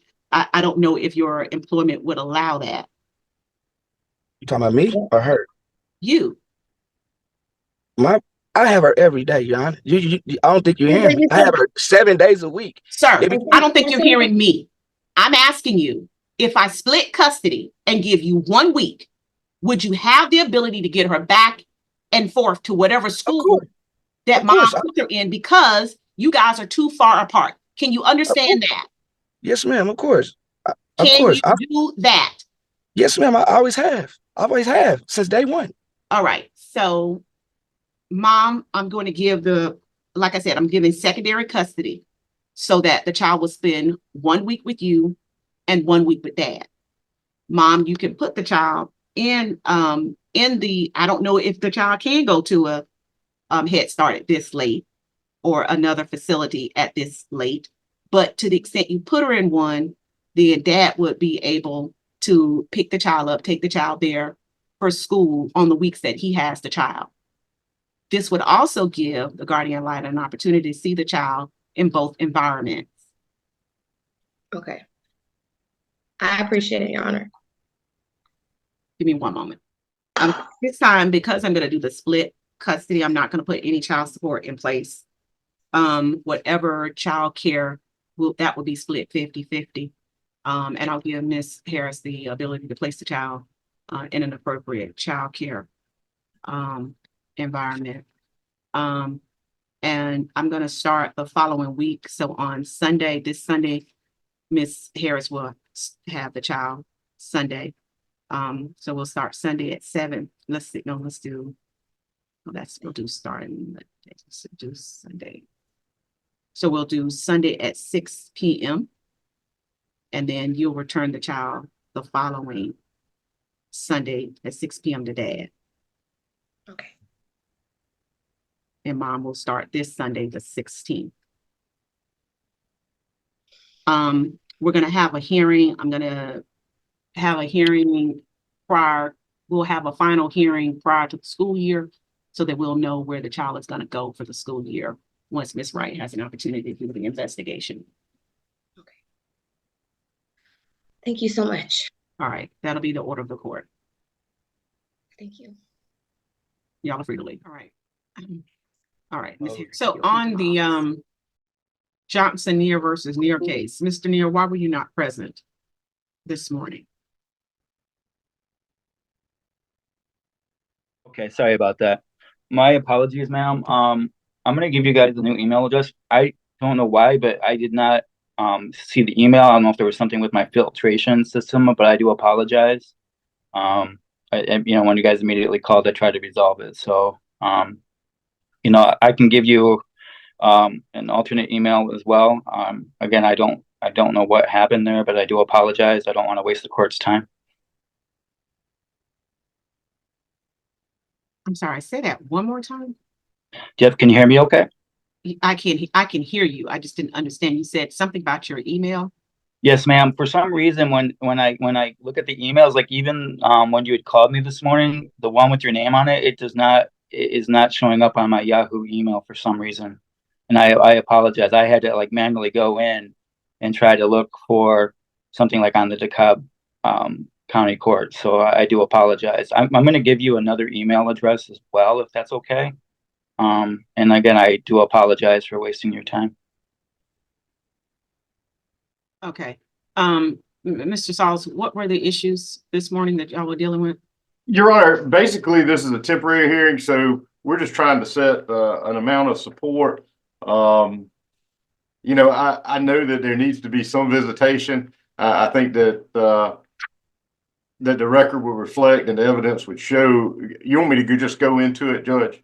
I'm just trying to find out the issue so I can figure out the placement of this case. So the issues would be setting child support amount and what visitation would be on a temporary basis. Are they in the same plane set? Is anyone out of state? No one's out of state, Judge. So visitation and child support. Yes, Your Honor. And looks like tomorrow I do have some space for another mediation tomorrow morning. Are you available? No, Your Honor. I'm expected down at the Supreme Court to get sworn in tomorrow morning. Okay. Then I'm gonna place it at 30 minutes and we'll continue as I indicated. I'll let both of you proffer it, but we won't have a full hearing. Yes, Your Honor. All right then. So then that means you'll end up in the middle. So we're going to start with Habib versus Bouvier. You've indicated that you all have agreed on the plan, the parenting plan presented by the guardian ad litem. I understand the guardian ad litem submitted an amended plan. Were you all aware of that amended plan? I haven't seen it, but her and I have been discussing the amendments, Judge. Okay, and what about Ms. Bouvier? Sorry, I don't know if I'm talking to Bouvier is male or female? I apologize. Where are they? Okay, Ms. Bouvier. Okay, Ms. Bouvier, were you aware of the new guardian ad litem amended guardian ad litem report? You need to unmute. The amended guardian ad litem report. I'm probably not sure if I'm aware of that. Did you have an opportunity? I did an amendment. I'm sorry, Your Honor. Ms. Cowles, did you have an opportunity to speak to Ms. Bouvier about any changes to your report? No, I had sent the updated report to the court, but didn't release it to anyone absent permission. Okay. Were there any changes, significant changes to the report? The only changes to the report, I'm still, for school year visitation, recommending that Mr. Habib have the child the first, third, and fifth weekends. I would recommend, since this is the third weekend coming up, that visitation can easily, neatly start, since this is the third weekend. So I believe that's the 19th. Who starts it on the 19th? Mr. Habib? Mr. Habib. Mr. Habib. Habib, okay. And then for summer parenting time, Miss Fuller did ask on behalf of her client. I had initially recommended that Mr. Habib, just the standard 2 weeks of summer visitation for the parents. Miss Fuller, on behalf of her client, did ask if I would be opposed to having each of them having essentially 4 weeks of parenting time with Malaya. I'm not opposed to that ask, Your Honor. And my concern is that, just based on the difficulties that I think the parties have had, that we need to specify like when that is, so there's no back and forth. And so Miss Fuller asked, and I think again, I'm not opposed to it, is if it could start basically Father's Day weekend and go for 4 weeks. Right. Thereafter. And then I would also recommend, in my updated report, I don't think it's clear as I reread it, but I would recommend that Miss Bouvier also had that equal amount of time in the summer so they could travel. I think if they are not traveling during a week, they have Malaya in the summer, the other parent needs to have a Wednesday night dinner, because it's too long to go without either parent seeing Malaya for 4 week chunks. Are they in the same area? They're not relatively close. Yeah. Stone Mountain. Stone Mountain and where? They're both in the Stone Mountain area, Judge. Oh, okay. All right. I'm sure. All right. And so for Ms. Bouvier, with regard to, I don't like the summer, and I guess Ms. Fuller, I don't like the summer cut up like that. I think we either have, a month of June or the month of July. That way each person kind of gets a 4th of July, and you kind of flip that around.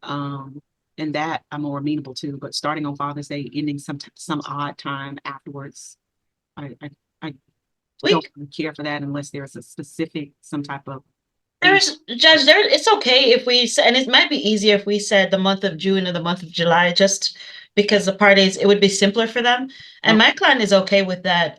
If we just need, the families from Jamaica, they travel a lot. So it would be nice if she can go and spend some time with relatives there. So that period of time would be consistent with that for them, if it's June or July. Okay. Okay, so let me. I'm sorry. Send me the guardian ad litem report. You said it should be in your office. Your Honor, excuse me, can I get a copy as well? Yes, I just need to release it. Where'd you say it was? Oh, I got it. You're right. I see it right here, Elena. Thank you, Judge.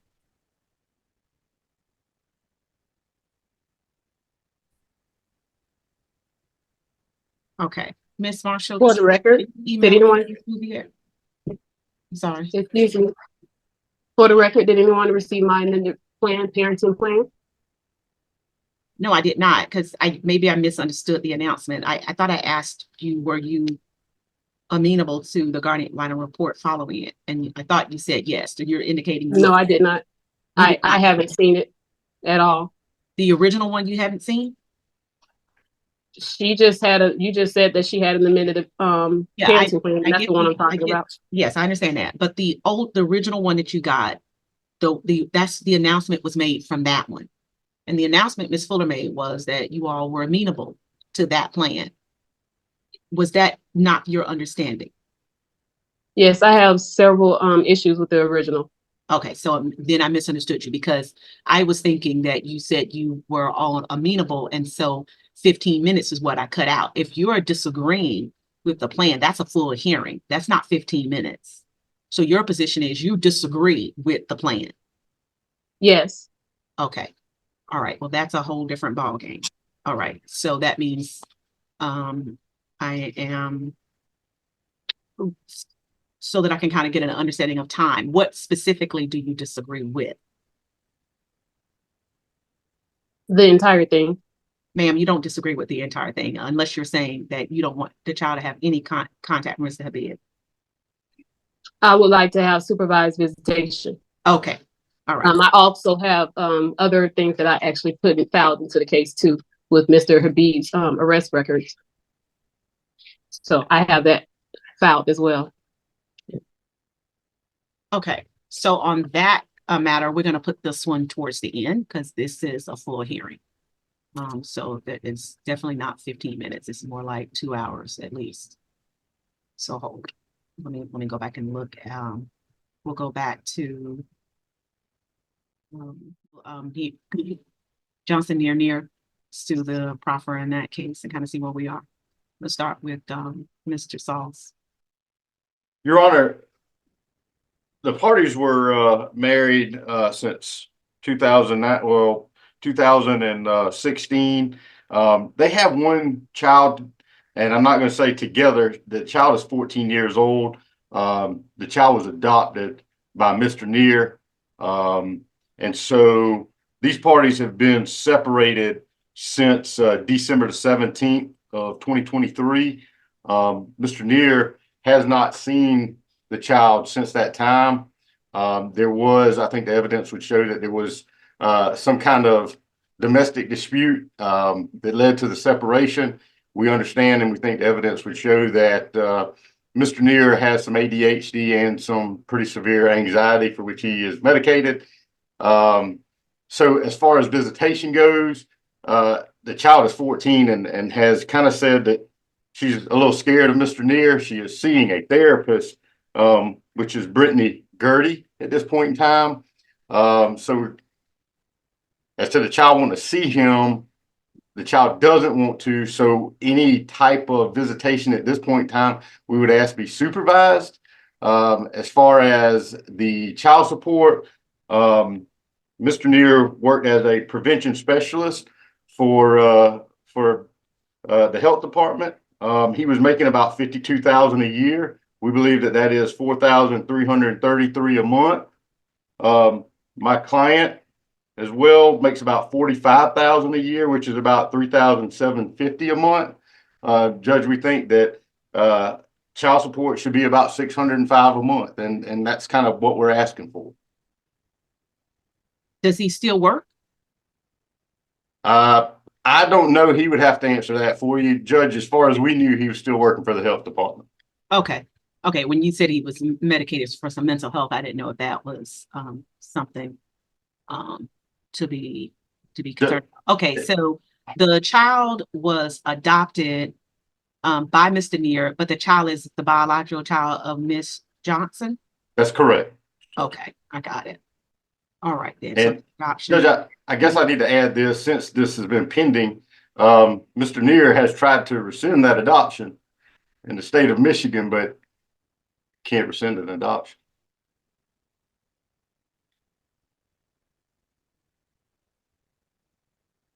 Okay. And so that adds to the angst that the 14-year-old is feeling right now. I'm putting some heavy stuff on you. I understand that. I want to make sure it's true. Mr. Neer, is that true that you tried to rescind the adoption? Okay, ma'am. Let me clarify. The child I and I the can't see you. oh, Your okay. video. Can you hear me okay? Mhm. The child had asked me before the divorce and any of this had happened that they didn't want me to be their biological father, or not the adoptive father. So I sent them an email and said, with the thing saying, if that's what you want, then that's fine. That was the only reason for that, was to respect the wishes of the child. But Your Honor, How old was the child? the child was 14, ma'am. She said this with their psychiatrist when I had spoke with them. Your Honor, may I interject? No, not right now. All Okay. right. So your position is that the child asked you to rescind the adoption. Yes, and the mother has also said to me in the past that if we didn't want to do it, that was okay. But I'm okay with whatever you guys are okay with. I am just trying to get what's best for the child, okay? And that is all. There's nothing else to that. No, nothing nefarious. It's just simply trying to honor the wishes of the child, ma'am. So Okay. whatever the court sees fit, I'm okay with. I would also add, ma'am, that I recently had a heart attack and I am not employed, and I worked with a company called LMI. Did not work with the city or whatever that they were saying. And I would be happy to provide my, Where were you working before?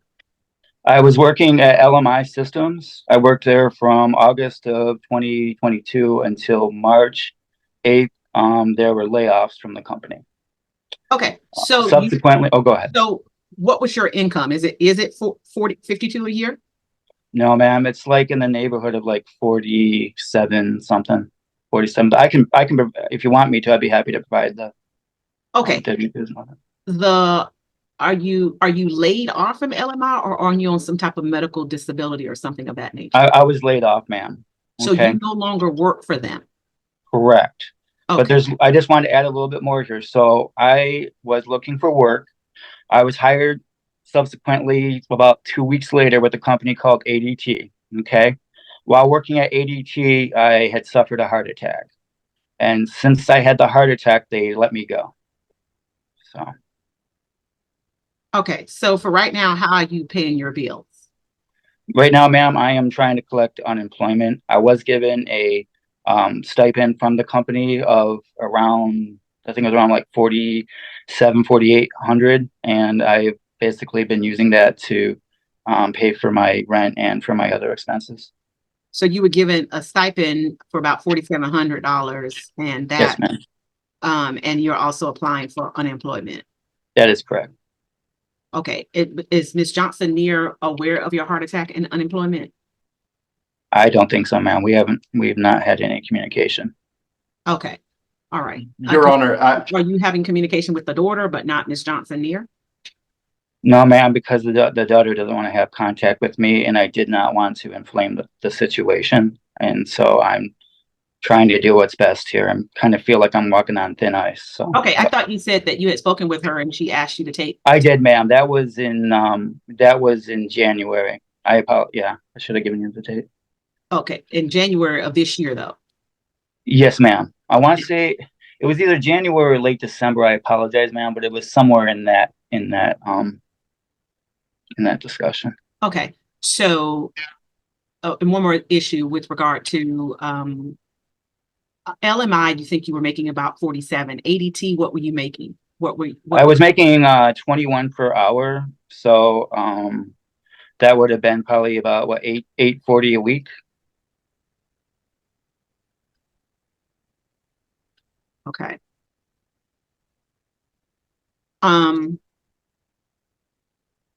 Okay. And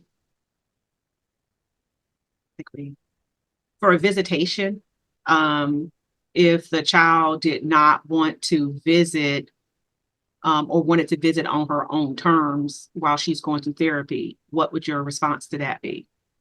I would be okay with that, ma'am. I'm okay with whatever the court deems is necessary. Okay. Now, how long when did you adopt this child?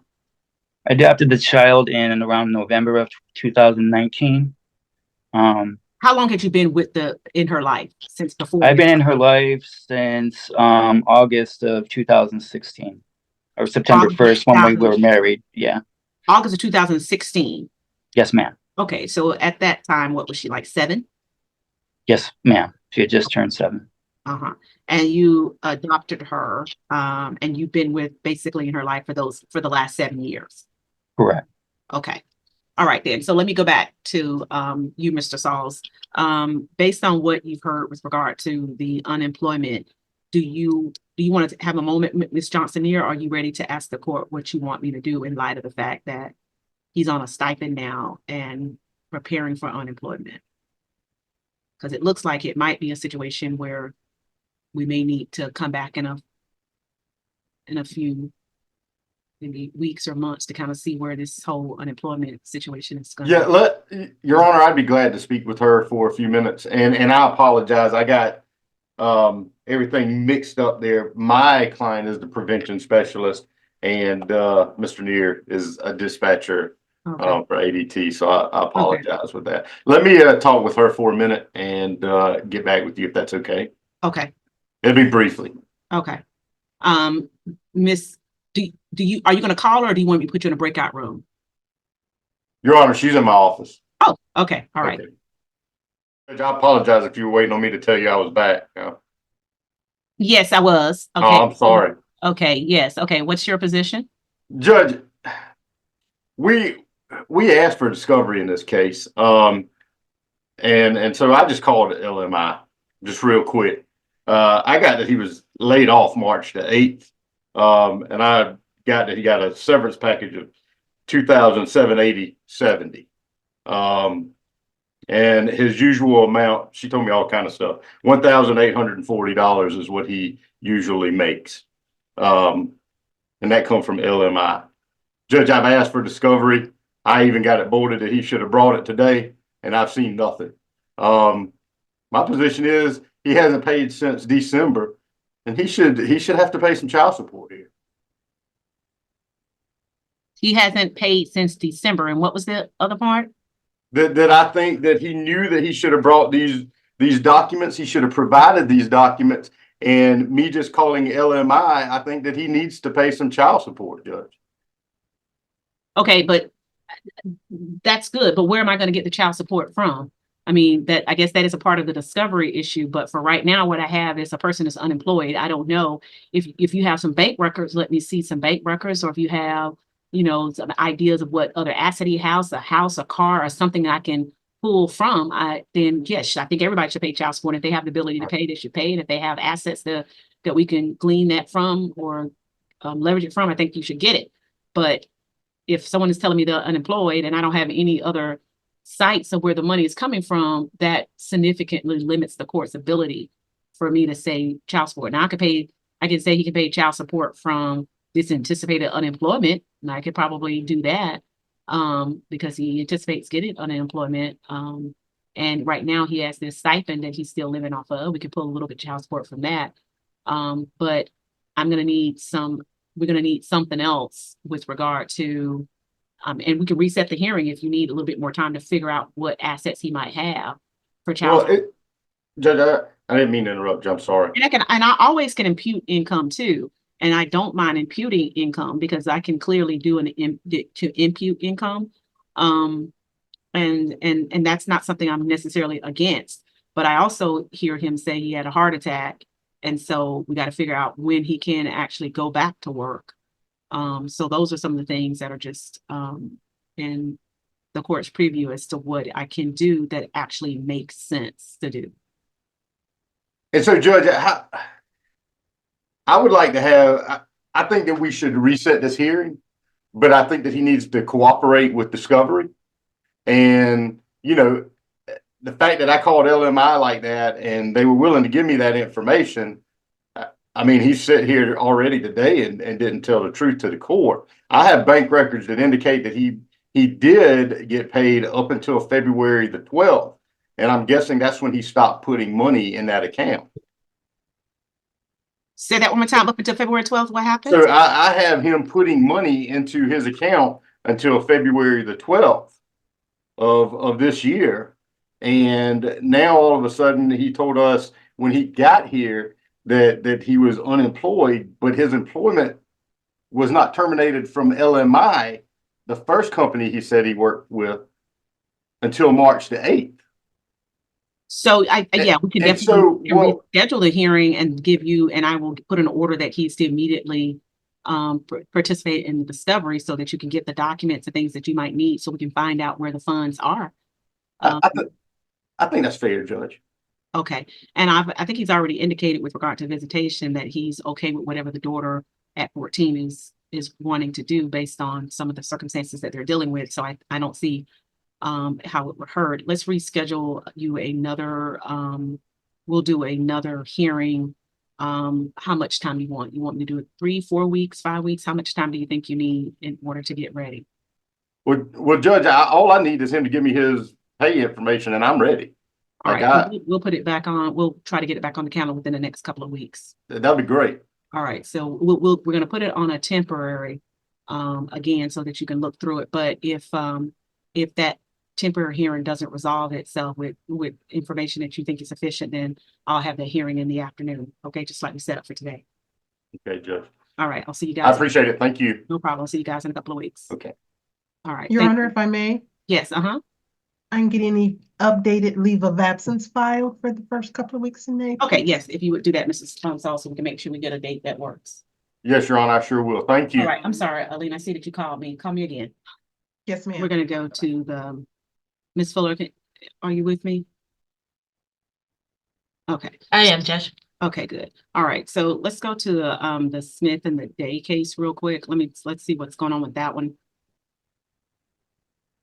It's Miss Chelsea Day with us. Okay, so we have Smith on that one. All right, can you give me a summary of what's going on in this case? Yes, Judge. I did speak with Miss Day yesterday.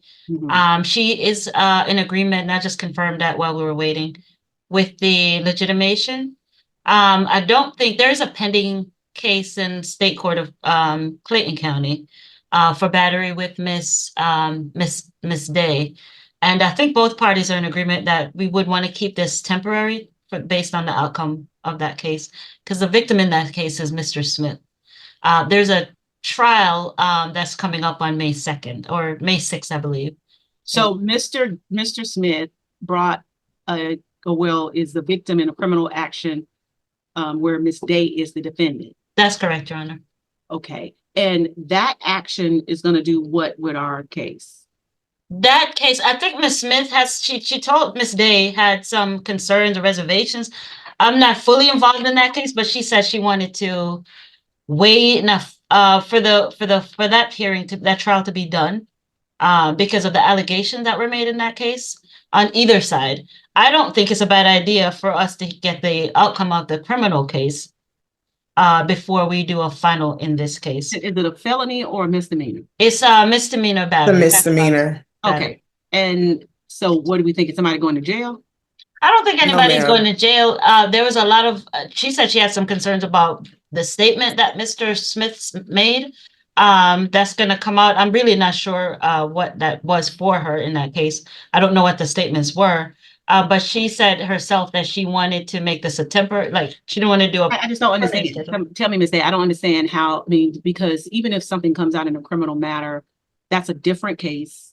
Those are different standards, and I really won't care what somebody else in a criminal case said or did, because you're gonna have to start all over here. And my standard in this matter is a very different standard. So specifically, what is happening in that case that's going to interfere or that's going to make an impact on this one? Yes, ma'am. So the criminal case is a family violence case. I was charged with battery, which is a misdemeanor. And I was told by the state that there is a temporary restraining order on myself through the state from Mr. Smith. So with there being that set up, I don't want that to complicate things as far as visitation goes for the child. Let me make one change, Judge. It's not a temporary restraining order. It is the bond condition. There is a no contact provision on her bond. I see. Yeah. Your position is to wait for that to fall off or not, and so that you'll know. So what's the plan right now? Is that a question for me, Judge? Yeah. What were y'all agreeing to if right now you can't have contact? Just legitimation. As of right now, I did agree to sign the legitimation paperwork. Okay, and what about what about the visitation? How was that? Did y'all agree on any sort of visitation?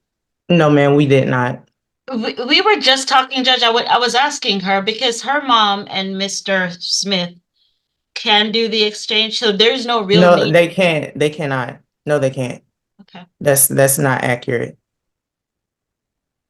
Okay, so what are you gonna?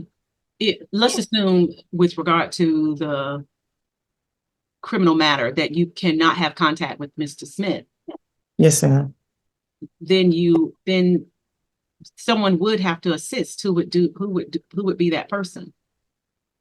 Well, I was looking at it as once the criminal case is resolved and once my bond is cleared, I would be responsible for meeting up with Mr. Smith, and I wanted to implement meeting up at a central location like a police precinct and doing an exchange for visitation that way once the criminal case is resolved. And when is the criminal case set?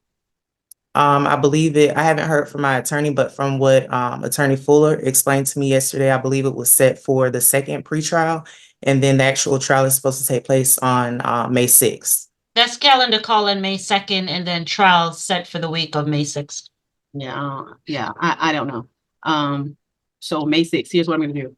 I'll reschedule it after May 6th, but regardless whether it goes or not, we're coming back and we're resolving this, because I don't know what your criminal matter is gonna do. And I set plenty of cases for trial and they never see the light of day, or they never get there, or I set something for May and I tried in January. So Yes, I ma'am. mean, we're different courts, I get that, but I don't know how quick things are resolved, or particularly if you're asking for a trial, when that's going to be, and I'm not going to be sitting here forever. I'll Yes, ma'am. do the one-time continuance, and I'll put it on after the next calendar after May 6th. So if it gets resolved, Okay. if it doesn't, we're doing this. For the Yes, record, ma'am. Judge, Ms. Day has agreed to do the legitimation portion. So we'll tender a temporary order. We'll attempt to tender an order, consent order on legitimation. Okay. All right. I'll see you back here in May sometime. Thank you, Judge. Okay. All right. Thank you. Judge, actually, I do have a question before we leave. Yes. Yes, ma'am. I wanted to ask about in the next trial, as far as custody, visitation, and child support goes, is that going to be discussed as well? I mean, you're having a hearing, and those will be the issues: custody, visitation, Okay. child support. Okay. Okay. Thank you. Mm-hmm. Ms. Marshall, were you able to send me the first Guardian line report? There was none never filed, Judge. Okay. So, okay, Ms. Giles, is the updated report, this is the first written report? No, there's three. There was one in March of 23, November of 23, and then this one that from yesterday. Okay, Ms. Marshall said we don't have it. I can send that quickly right I now. don't see them in the file or any seal orders. Okay, maybe we get them via email. Maybe we told her to release it via email. Yes, they were all emailed into the court, Your Honor. Okay. All right, can you send those to me, Ms. Giles? Yes, I can. Excuse me, Your Honor. Yes. For the record, I just received this report and it's a lengthy report. And due to the seriousness of this matter, my child's safety being at stake, I have to consult with legal counsel. So I need a continuance. No, we're not doing that. Your child's safety has always been the issue. That's always been the issue. So you should have had legal counsel from day one. This report is I understand that it might be new to you, but this report has information in here that generally is already well known to you. The only thing this report does is setting out the information that you provided to her, for one, and making her recommendation. So we're not starting this over. We're not taking a 22 case and you starting to get general counsel right now. That's not happening. Okay, we're going to go through it. I'll consider the evidence that you have presented. Because quite frankly, I did look through the evidence that you presented to the court, and I do have some concerns as well. But we're not starting. This is not starting over. Okay. I just sent those to Ms. Marshall. Okay, give me a moment. Okay, so I was trying to figure out what happened to the Guardian ad litem reports because we didn't receive them. We did receive them, but they went to the division 11 and 12, which basically are our backup divisions that we use to help with the COVID backlog. So they went to their staff because they were helping us with those cases. So I never got an opportunity to digest what was essentially going on, particularly in this case. I do remember the first, or somewhat remember the first time I met with or dealt with this particular file. Hold on, make sure. And I think the other times thereafter have been with another judge, which is kind of unfortunate. So usually there are cases that I kind of know Miss Marshall knows not to put with anybody else because they have some particular things in there, and I try to be mindful of sending those that I have a lot of history with or ones that got some really concerning issues. But this one did not stay with me, but based on the allegations in there, it should have. And so I'm just getting the opportunity to digest this. And so although generally I would not want to give a continuance on this, I might have to. And let me tell you why. So far, this is what I've seen. Ms. Bouvier submitted some records regarding Mr. Habib. They are very alarming to me. Not the molestation issues. I think that's been worked out. But Mr. Habib has some history of drug use that involved, looks like some sort of home invasion. Then there was some type of police chase issue. There's some issues of marijuana being grown in the backyard. Those are some issues that are very alarming to me. And I need to look at all of these records because I can understand why she might have some concerns, because quite frankly, without a picture or a landscape I'm sure Ms. Fuller is going to give me, this doesn't look good. And I would be very concerned about a child going into that environment. I'm sure there are some things that we need to be mindful of. And I know it has some history behind it because I know that those things happened a few years ago.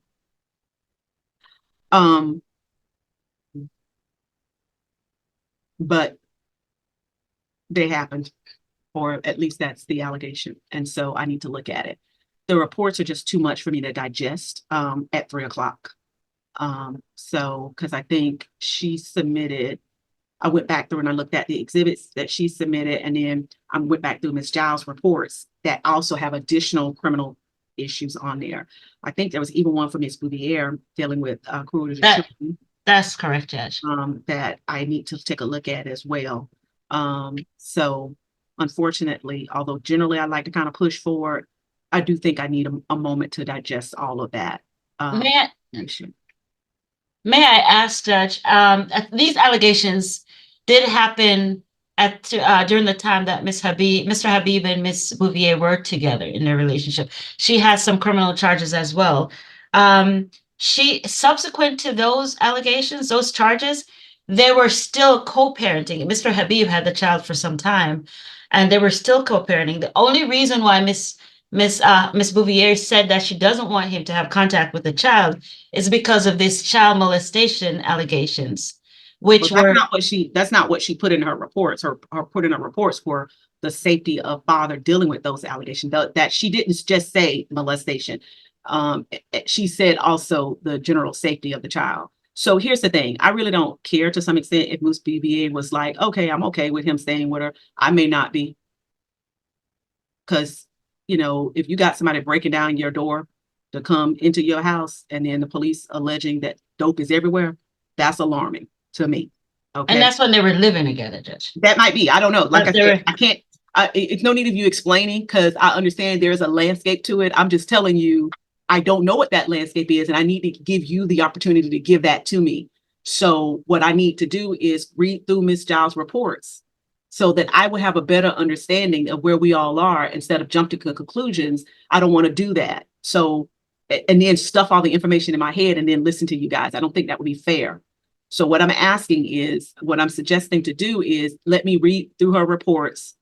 And then you can come give me the landscape. Like they were together, she was okay with it, you know, that kind of thing. I like I said, I'm assuming there's a landscape to it, obviously. But I don't know what that is right now. I'm just looking at it from, and it, you know, has some shock value right now. So let's just have cooler heads, give me an opportunity to review it, come back, and then we'll have a hearing on it so that I can see everything more plentiful than kind of the shock of just kind of pulling it all together and going, okay, why this? Where is this? Where does this fit? You know, it'll be easier for you all, for me to be able to digest the information if I reviewed it prior to. And like I said, a lot of these cases, when I have cases like this, I like to keep them. I don't like to kind of give them out because it's hard for me to pull the information if another judge hears them. So Ms. Marshall normally will tell me, Judge, you can't pull this one on that calendar. Don't put that one on the calendar. For some reason, this one didn't happen that way. I'm not certain why, because it just, I don't know. But this is one that requires a little bit more information for me. I'm not blaming Ms. Marshall for that. I'm just saying that this is, you know, one of those things. Sometimes we don't know, you know, how much information and what sort of the allegations are. I do remember that initially the allegations appeared to be dealing with child molestation. And then I was concerned about Miss Bouvier's mental health. So I think that was where my focus was, on that issue. Now I'm reviewing the reports, and there's reports about the overall safety of this child dealing with drugs and home invasions and cruelty to children. This is a lot of information, and I need to pull it all together. So we're going to cancel the hearing, or we're going to reset this hearing. I'm going to go through the reports that Ms. Giles presented, and then I'll be better prepared when we reset for the next. I have one last beg, Judge. Last beg.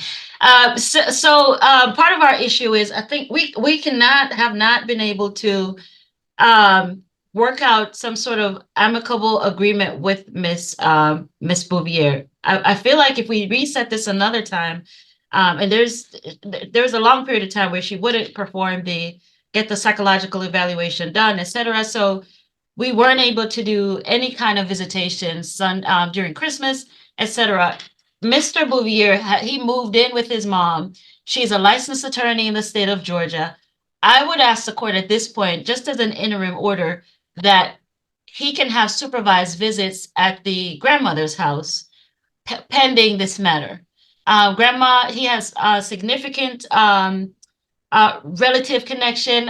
They do have that criminal history in the back. But as far as grandma, if she's able to supervise Malaya visiting with her and dad while he's at her house, I would just ask that as a concession so that he can start to rebuild his relationship with her. All right. And Ms. Giles, what's your position on that? I don't have any issue with that, Your Honor. I do think the relationship with Malaya needs to start sooner rather than later. I don't have any issues whatsoever with Miss Francis, who is Romario's mom. She's, as Ms. Fuller said, she is a member of the bar. She's always been very forthcoming with information. I believe she's extremely responsible, and he is living with her as confirmed by her. Okay, Ms. Bouvier, you need to unmute. Okay. As long as the grandmother's there, I'll grant that. Okay. So we'll start that, and we'll do that on the weekends. You wanted to start this weekend, which weekend is this? The third? This is the third weekend. Third weekend. Okay. So we'll do first and third, and then we'll put this back on the calendar next month anyway. Okay, that's fair, Judge. Thank you so much. Understood. Thank you, Your Honor. And Miss Marsh, can you forward that to Dion and tell Dion to print all of those reports down for me, please? Yes, ma'am. All right, thank you. All right, y'all take care. Thank you. Thank you, Judge. All right. Thank you.